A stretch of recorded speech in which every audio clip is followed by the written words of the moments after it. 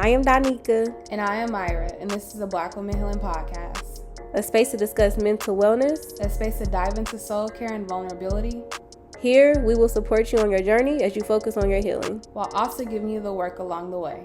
Welcome to Black Women Healing Podcast. Y'all, it's official. We are an Amazon affiliate, and it's only right because our Let's Heal book is offered on Amazon. If you haven't already checked it out, go ahead and click the link in our description and check it out. Help us support you while we support us, while we all support each other, if you know what I'm saying. All right, y'all, check it out. Hey, y'all, we're back with another episode of Black Women Healing Podcast, and you already know we have another special guest today. And we're going to introduce her in a little bit. But before we start, we're going to start with a random discussion.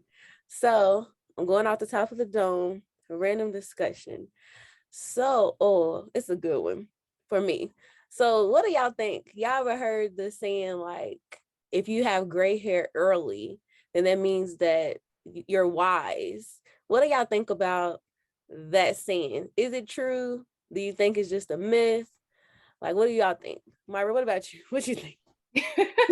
Well, I mean, I am 27 and I do have gray hair. So I would say from personal experience, maybe it is true. But it's funny that you asked that because my therapist has gray hair and I know she's not that old. And I value everything she says. So I'm going to go based off my experience and say that it probably is true. What do you think?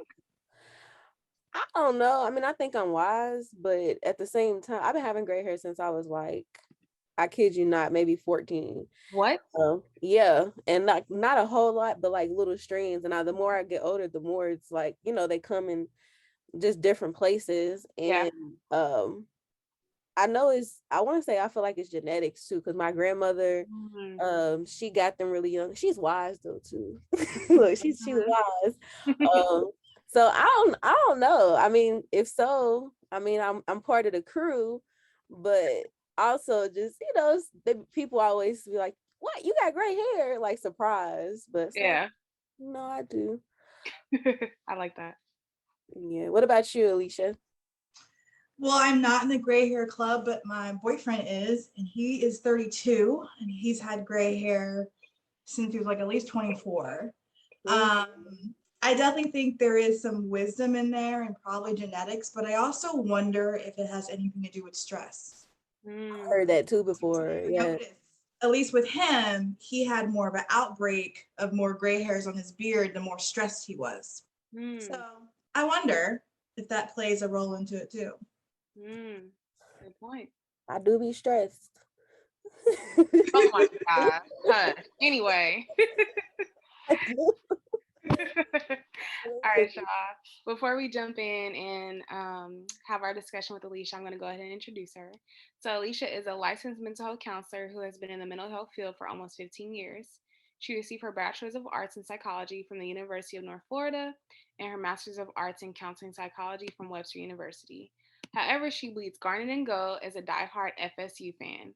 Alisha has experience in various settings such as intensive outpatient therapy, methadone clinics, psychiatric hospitals, community mental health, and substance abuse rehab. She opened Out of the Box Counseling on Juneteenth 2020. She currently is the founder and clinical director of Out of the Box Counseling and provides online individual therapy for adults who live with mood disorders, trauma, substance abuse, and borderline personality disorder. She was the most recent recipient, 2021, for the Achievement Award in Psychology awarded to her by her college alma mater, University of North Florida, for her Black alumni. She is currently certified in Brainspotting, trained in EMDR, and DBT. So today we'll be talking about Brainspotting, which I'm not really familiar with. Donika, I don't know if you are, but to kick us off, I would like to ask Alisha if you can kind of give our audience a gist of what it is so that way they know what we're talking about today. Sure. So Brainspotting was created by a man named David Grand, who actually used to train with the creator of EMDR. And so while he was doing EMDR, he was working with an athlete, and he noticed that, or she kept reporting that she was having struggles with like a certain technique. I'm not an athlete, so I don't know all the terms. And so as he was doing an EMDR setup, which they usually do eye movements, he noticed that when he paused, she started processing differently. And as he continued to do that, she ended up working out some implicit memories that she had. And then it was able to help her go with athleticism. So brain spotting is basically a body mind approach. So we're definitely more connecting you to your body. We tend to forget that what happens in our brain happens in our body. So like if we're anxious, we have all these thoughts, you might notice you lose your appetite, you have all these things in your body. So you connect that, and through the eye position, it's able to connect with maybe a really strong emotional experience, or maybe something you might have forgotten, and you're able to process through that. So we call it a brain spot because it's like a time capsule. And once you get that eye position and you're focusing through mindfulness, your brain is able to naturally let it finish processing, because our brains are made to heal. But when we have trauma, that obviously interrupts it. And so we're kind of holding space for you while your brain is processing. What's different with that between like EMDR, which I do like, EMDR has more prompts, like as a therapist, we kind of have to guide you, right? Whereas with brain spotting, it's much more flexible. You as a client can do as much talking or no talking at all during the process, and you're still processing these events that's happened to you.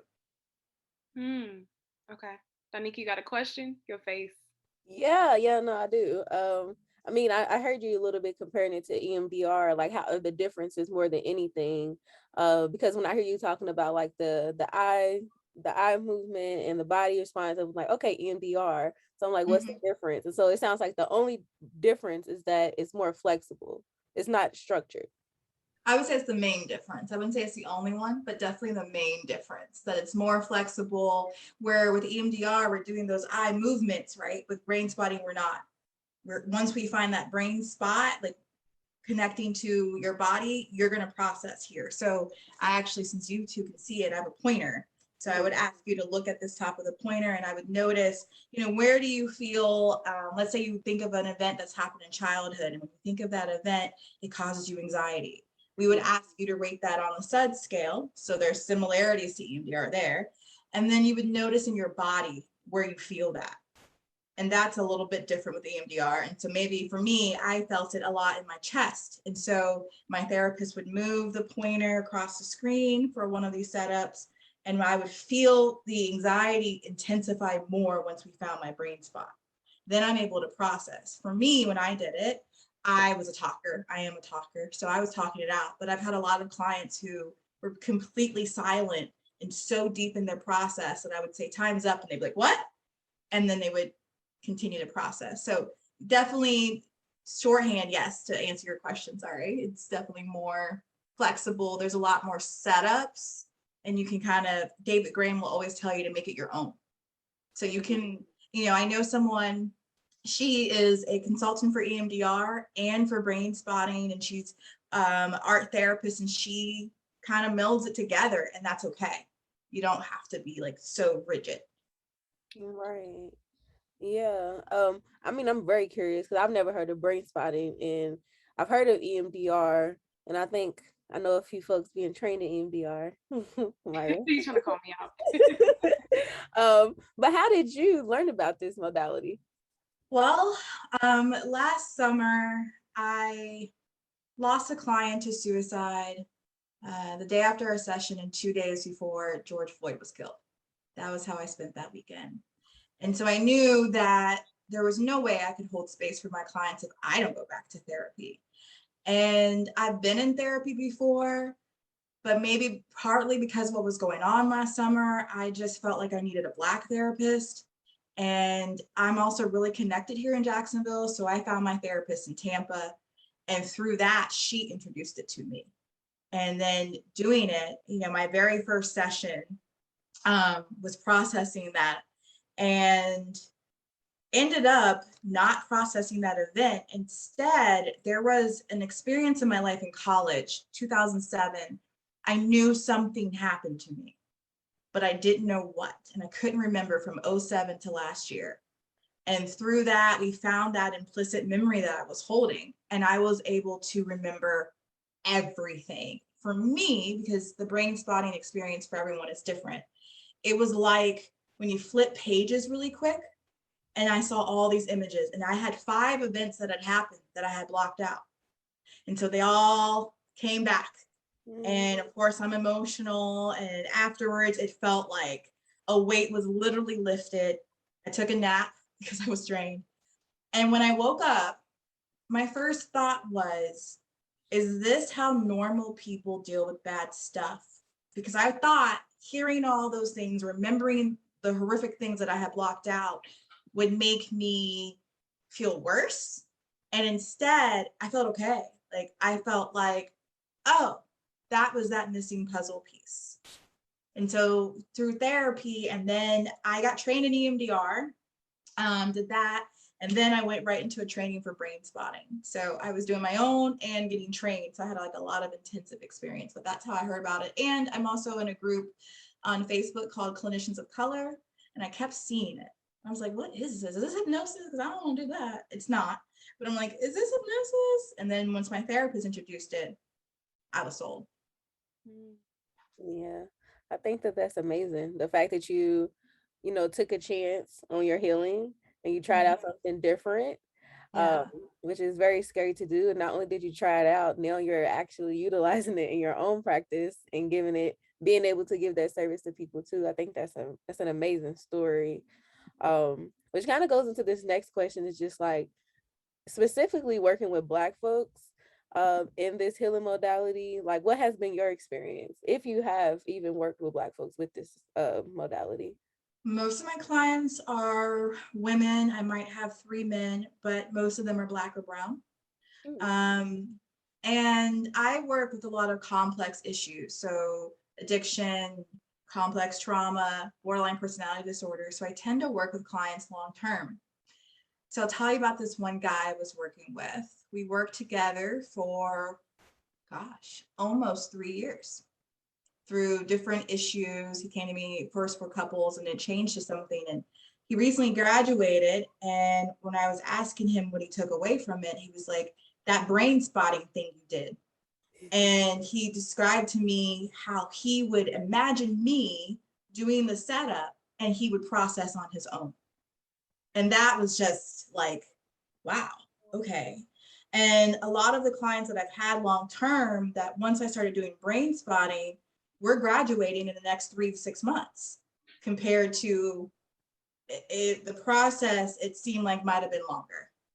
So I had one where we were just kind of getting stuck with the trauma, and we did brain spotting for about 6 or 7 sessions. She graduated, finished therapy, which was good. So I always get the first question I get in the first session is, what is this? Is this voodoo or hoodoo? Because wow, why did I feel this? Because you do feel it. Once you find that brain spot, you feel whatever emotions you've been holding in your body as you're processing. And it's kind of like waves, because you might feel it intense and then it calms down, and intense and calms down. And there's other resources that we use. But most of my clients, especially my Black clients, have been able to open up in ways that they never expected, right? Because we're already, as Black and brown, we don't go to therapy. It's already stigmatized. But all of them who have used brain spotting have hit me up with, are you accepting new clients, or can you help me with somebody who's trained in brain spotting? Like, it's made them just look at things differently. Yeah.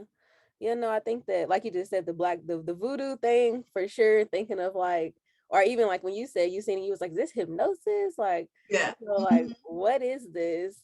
And Yeah. so you're saying, like, with some of your clients who are Black or brown folks, that this modality it's been like life changing, in the sense of like the healing happens quicker versus like different than talk therapy.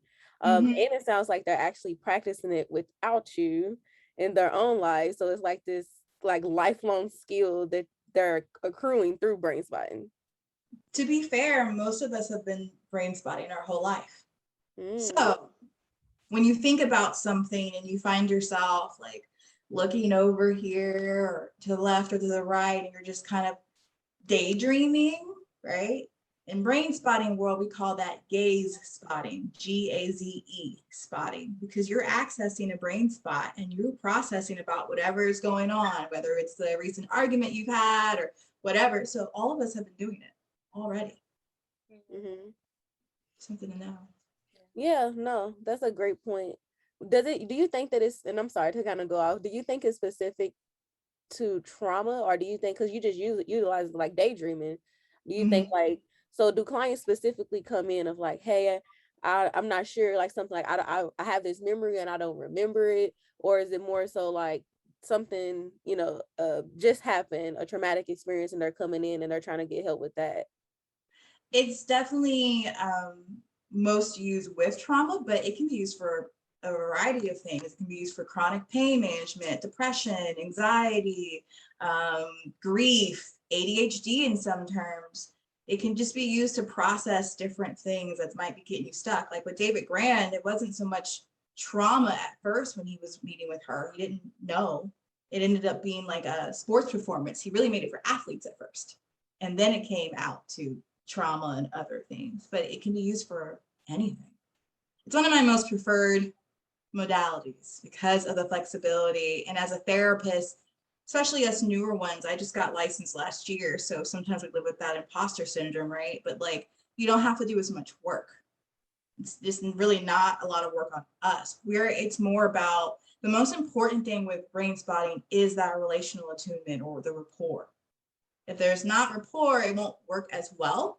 You want to build that first. You want that client to be able to feel like they can trust you because you're going to have this connection. You're just holding space for this person as they're processing whatever. For me, it tends to be trauma, but that's one of my specialties. So it's more likely they're seeking me for trauma work. But I got trained. So there's David Grand is the one who does the brain spotting, but I got trained with a man named John Edwards. He's a therapist here in California. Excuse me. And he leads what's called the BIPOC brain spotting trainings.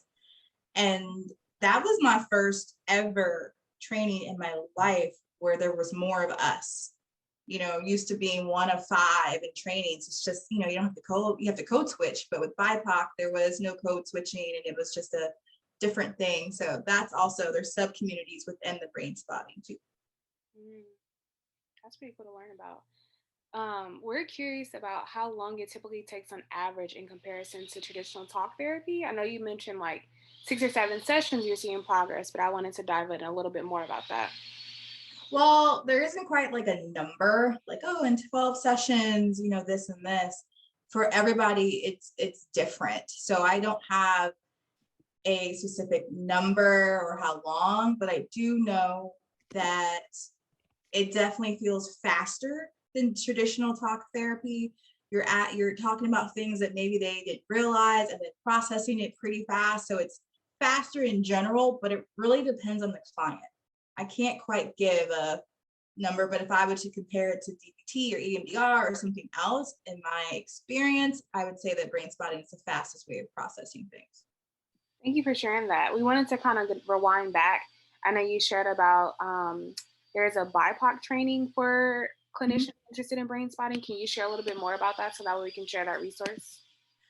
His name is John Edwards. He's the only one that's really leading those. I think there's another one, phase 1, in December. So you would just have to look him up, John Edwards. I feel like his website's like Western Psychology West, something off that.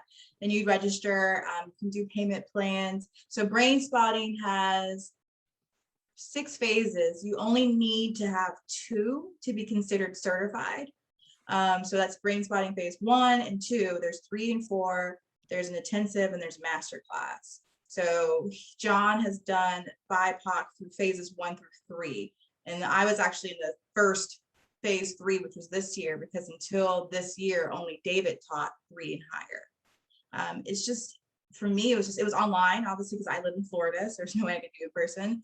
And it's just like a different environment I don't know how like it makes me only want to do BIPOC trainings.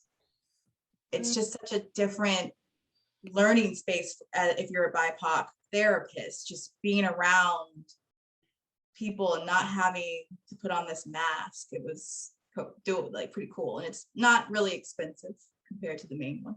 You get a little bit discount on there. Yeah, thank you for sharing that resource. As we wrap up, we wanted to ask if you have any takeaways for our listeners.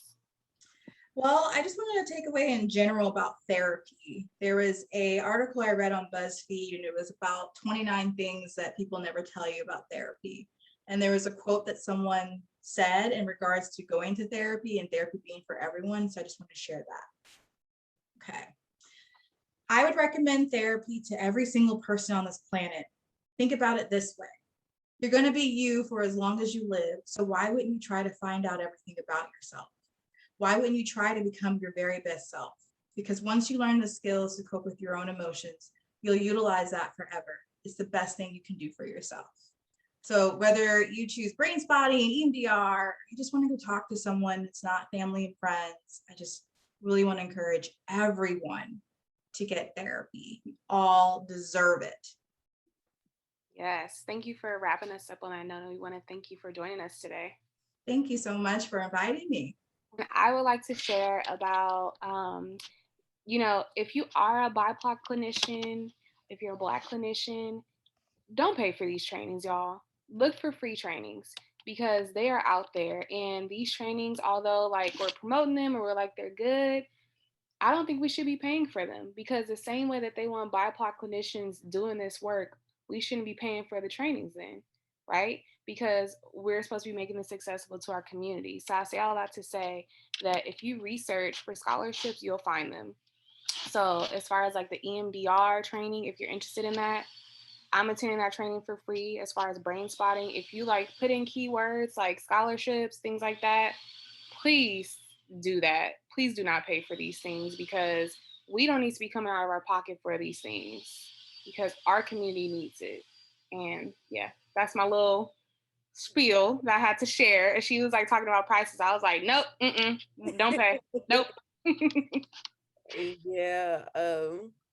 Just because I know you said BIPOC a lot in this episode. So for people who don't know what that means, it means Black, Indigenous people of color. So pretty much anybody who's not white. So that's basically what that's saying. So Alisha is saying that she found a space that is specifically for people of color, and focusing on this training or this healing modality, Brainspotting. And so what Myra's saying is that, utilize your resources, do as much research as you can, because especially now, I think the last like couple of years, especially because of all the different Black bodies being in, not only Black bodies, people who are not white in general, being in disparities. And so I think that there's so many more trainings for therapists right now. So I do think that that's something. I do want to ask you, Myra, what's been your experience so far with EMDR, being a Black therapist? I love it. I did want to talk about BIPOC versus Black, but let's talk about that after. That's like a whole nother topic that yeah. Anyway, so I had my first training. I have my second part in December. I love it. I did really well in training, but I'm not starting to do it with my clients until I start back in person meeting clients, which would be next week. So then I'll be actually like practicing it on folks. I don't feel comfortable doing it via Zoom. And I also want to make y'all aware that it's not always just eye movement. So there are body taps, there are sounds, there are a bunch of different modalities. But I think because the eye part is in the name, we automatically go to like, this is what it is. Whereas eye movement doesn't work for everyone. So there are other different things within EMDR that you can access. But I did want to ask you your thoughts about, and I was going to have this as a discussion question because I get into conversations about this and I'm curious what you think about for yourself being called BIPOC, how you feel about it. Well, I mean, I guess typically nobody is, I'm not usually in spaces where I use that term as much. Okay. And so in some forms, I don't know, I like feel like people just say that to make other people feel better. But I don't know. I don't mind it. It's just that I typically am not in spaces that utilize the term and utilize the name. And I feel like spaces that usually utilize the term usually don't have Black people in it. So I don't know if that's something that's going on, but I don't know.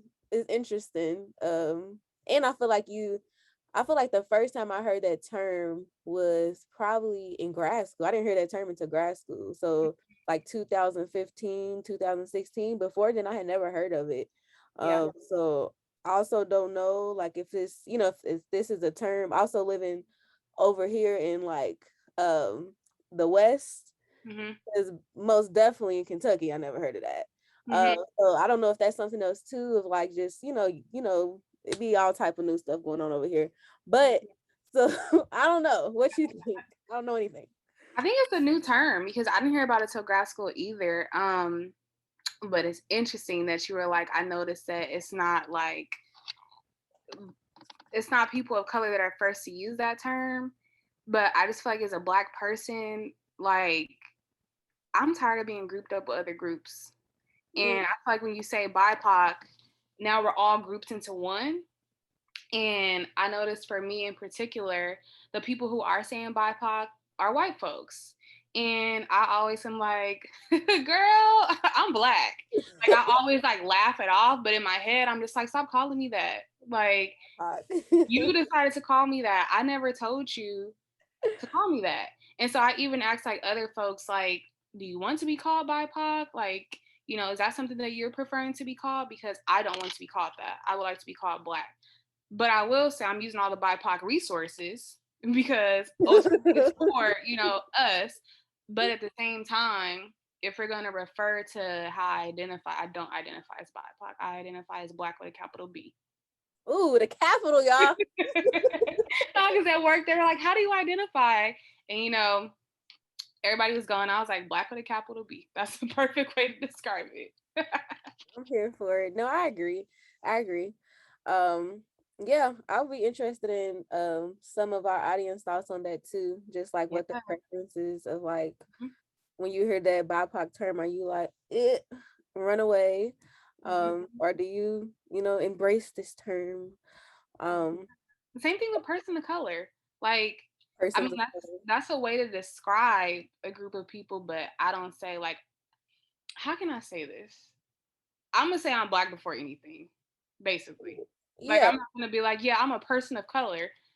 I'm Black, and I stand on that. Yeah, no, I get what you're saying. Absolutely. I think I tend to use the term like people of color when I know that, I am describing people that are not just Black and not about myself. Like I never will, like you just said, identify myself as a person of color.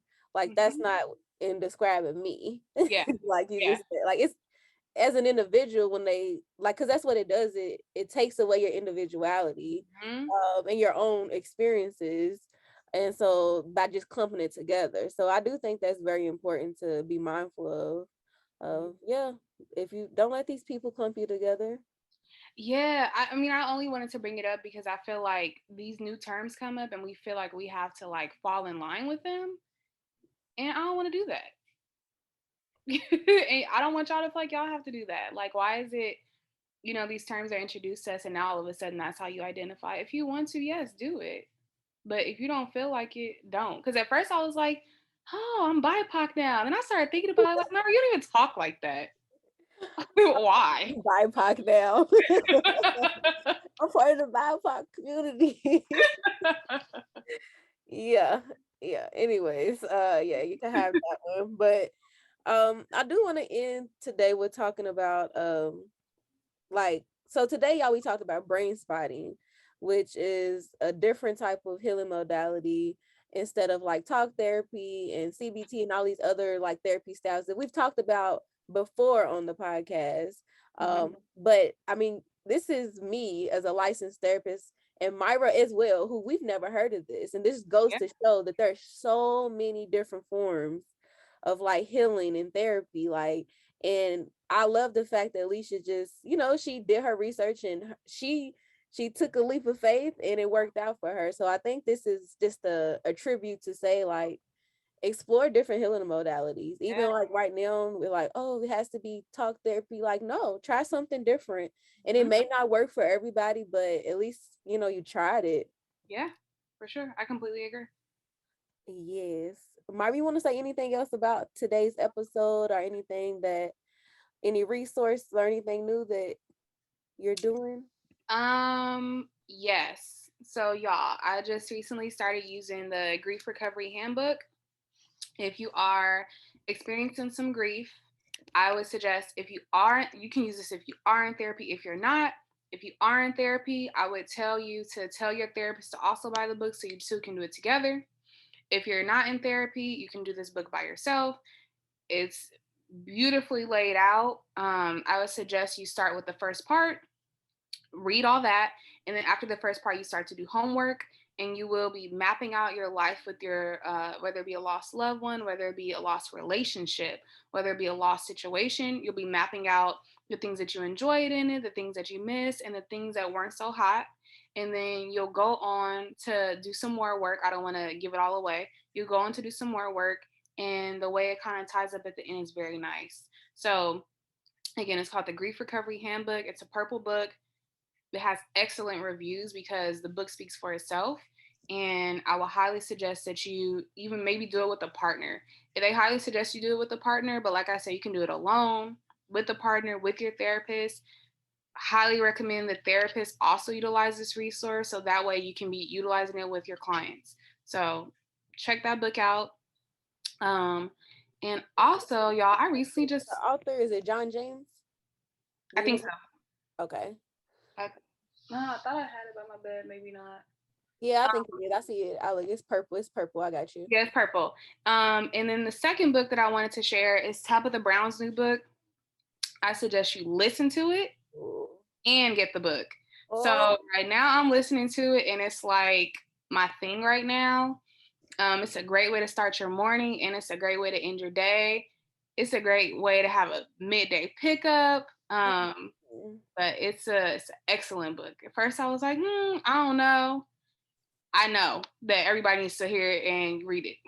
So check that out. Yes. Like I can't even, like, she really is like, some people just have that vibe. Like, you even talking about her book right now, I have goosebumps just of like how amazing she is. Like, it's literally like, I don't have the words even to describe just how amazing this woman is. Amazing. Like, her voice is calming. Her voice makes you motivated. Like, she don't even gotta say too much. She's like, hey, love, like, you like, oh, I'm motivated for today. Like, she just has that about her. And I think that is so beautiful. Like, this Black woman, like, she's just continuing to output, but she also does seem like she's also taking care of herself too. Yep. And I love her. I love her. Yeah. The book is really good. It's one of those books that's about like believing in yourself and having faith in yourself with also having faith in God. So if you like those type of books, that's what this book is. I like listening to it when I take a bath. So that's like my new thing. So I highly suggest y'all check it out. I love it. Will do. We'll have all of that good stuff in the description, along with some resources for clinicians who are interested in this type of healing modality. So we hope you all enjoyed today's episode, and we'll be back next Monday with another episode. All right, y'all. So y'all, we have to shout out our friends over at Fiverr. We are officially a Fiverr affiliate, and I love Fiverr because you can literally go to them for any type of project you might want to work on, whether it be if you need a new logo, you need help with the resume, you need help with social media, they help you over there. So go ahead and check out our friends over at Fiverr. That's 5ERR. So 5 with 2 R's at the end. So go ahead and check them out with the link in our bio and tell them that we sent you.